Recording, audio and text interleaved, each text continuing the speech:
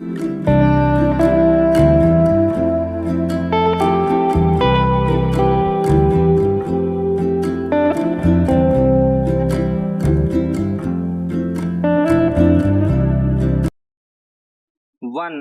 To three start. Bharat और Canada के बीच सामान्य तौर पर अच्छे संबंध रहे हैं और समय समय पर दोनों देश इसे मजबूती देने के लिए कई स्तर पर कूटनीतिक पहलकदमी भी करते रहे हैं। लेकिन यह ध्यान रखने की जरूरत है कि किसी भी स्थिति में संबंधों में मधुरता तभी बनी रह सकती है जब दोनों पक्ष एक दूसरे के आंतरिक मामलों में नाहक दखल न दे और आपसी गरिमा का ख्याल रखें। मुश्किल यह है कि पिछले कुछ समय से कनाडा में कुछ संगठनों की ओर से ऐसी गतिविधियां सामने आ रही है जिन्हें वहां आयोजित किए जाने पर सरकार की ओर से कोई रोक टोक नहीं है, लेकिन उनका मकसद भारत को बदनाम करना होता है। निश्चित रूप से यह स्थिति लंबे समय तक अनदेखी करने लायक नहीं है और ऐसी हरकतों पर भारत की आपत्ति का आधार भी वाजिब है। गौरतलब है कि भारत के पंजाब में एक समय हुए ऑपरेशन ब्लू स्टार की 39वीं बरसी यानी 6 जून से कुछ दिन पहले कनाडा के ब्रैम्पटन शहर में खालिस्तान समर्थकों की ओर से 5 किलोमीटर लंबी एक यात्रा निकाली गई थी। इस दौरान एक झांकी में भारत की पूर्व प्रधानमंत्री दिवंगत इंदिरा गांधी की हत्या का दृश्य दर्शाया गया था। जाहिर है इस तरह के प्रदर्शन की मंशा भारत को कटघरे में खड़ा करना था, लेकिन सवाल है कि अगर कनाडा भारत को एक स्वतंत्र और संप्रभु देश के रूप में स्वीकार करता है तो वहां भारत के लिहाज से अलगाववाद की भावनाओं को मजबूती देने वाली गतिविधियों के प्रति वह आंखें कैसे मूंदे रह सकता है।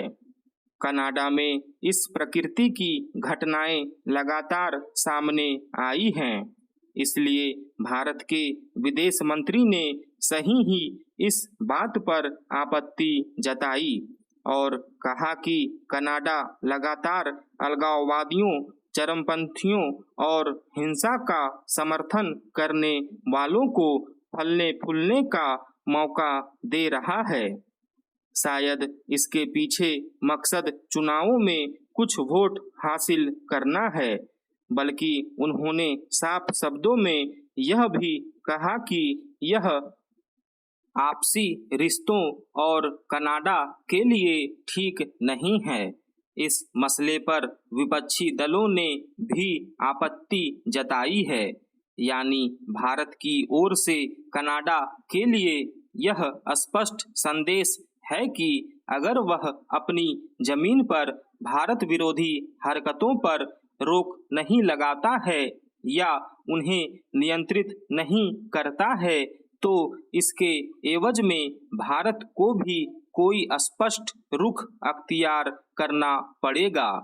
दरअसल अंतर्राष्ट्रीय स्तर पर दो देशों के बीच सौहार्द पर आधारित संबंधों का मुख्य सूत्र यह होता है कि दोनों पक्ष एक दूसरे की संप्रभुता का सम्मान करें और नाहक ही किसी मित्र देश को कटघरे में खड़ा किए जाने वाली गतिविधियों को अपने सीमा क्षेत्र में बढ़ावा न दे।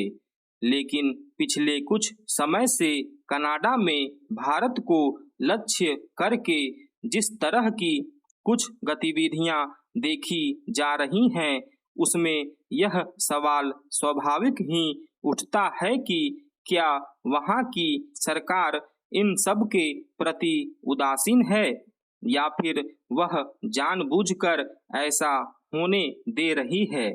इतना तय लगता है कि कनाडा में हाल में झांकी के जरिए अपना एजेंडा दर्शाने वाले समूह किसी न किसी रूप में चरमपंथ का समर्थन करते हैं और ऐसे आयोजन से वे भारत के सामने असुविधाजनक स्थितियां पैदा करना चाहते हैं। यह छिपा नहीं है कि अलगाववाद के दंश ने भारत को किस तरह के घाव दिए हैं और उससे बाहर आने में देश को काफी जद्दोजहद करना पड़ा है। कांग्रेस के रवैये से यह स्पष्ट है कि उसे संसद के नए भवन में स्थापित किया गया सेंगोल रास नहीं आ रहा है। कांग्रेस के महासचिव जयराम रमेश ने फिर से दावा किया कि इसे सत्ता हस्तांतरण के प्रतीक के रूप में माउंटबेटन को नहीं सौंपा गया था। वह इस तरह का दावा पहले भी कर चुके हैं। उनके अलावा कांग्रेस के अन्य नेता भी यह मानने को तैयार नहीं कि सेंगोल को सत्ता हस्तांतरण के रूप में पहले माउंटबेटन को सौंपा गया और फिर जवाहरलाल नेहरू को। अमेरिका यात्रा पर गए राहुल गांधी भी यह कह चुके हैं कि संसद के नए भवन में सेंगोल की स्थापना महज एक नाटक था जो लोगों को ध्यान भटकाने के लिए किया गया। इसके पहले कांग्रेस के नेताओं ने यह अभियान छेड़ रखा था कि संसद के नए भवन का उद्घाटन राष्ट्रपति को करना चाहिए। यदि ऐसा हो जाता तो शायद कांग्रेस को संसद का नया भवन भी रास आ जाता और सेंगोल की स्थापना भी। जो भी हो, जयराम रमेश एक और यह दावा कर रहे हैं कि सेंगोल सत्ता हस्तांतरण का प्रतीक नहीं और दूसरी ओर यह भी स्वीकार कर रहे हैं कि उसे नेहरू जी को सौंपा गया था।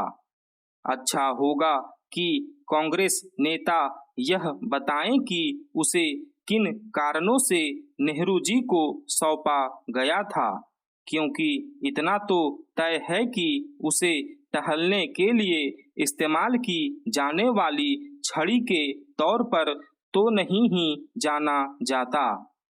जो कांग्रेस सेंगोल को सत्ता हस्तांतरण का प्रतीक न मानने पर इतना जोर दे रही है, उसे यह स्पष्ट करना चाहिए कि वह चलने वाली छड़ी के रूप में तब्दील होकर प्रयागराज संग्रहालय कैसे पहुंच गया। कांग्रेस की ओर से इस प्रश्न का भी उत्तर दिया जाना चाहिए कि क्या 1947 में तमिलनाडु के जिस मठ ने सेंगोल का निर्माण कराया वह टहलने वाली छड़ियां बनाने के लिए जाना जाता है। आखिर कोई मठ यह काम क्यों करेगा।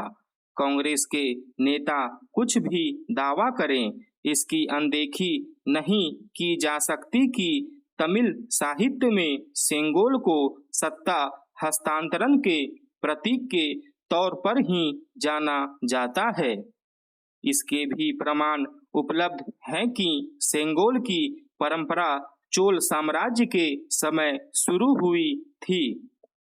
यह भी साफ है कि जैसे इस समय कांग्रेस को संसद के नए भवन में सेंगोल की स्थापना हजम नहीं हो रही है, वैसे ही 1947 में भी तमिलनाडु के कुछ नेताओं ने नेहरू जी की ओर से उसे ग्रहण करने पर सवाल उठाए गए थे। इनमें वामपंथी झुकाव वाले नेता CN अन्नादुरै भी थे। यह सही है कि अभी तक इसके कोई प्रमाण नहीं कि सेंगोल नेहरू जी को सौंपने के पहले माउंटबेटन को सौंपा गया था, लेकिन इसका यह मतलब नहीं कि उसे महज टहलने वाली छड़ी के रूप में स्वीकार कर लिया जाए। स्टॉप।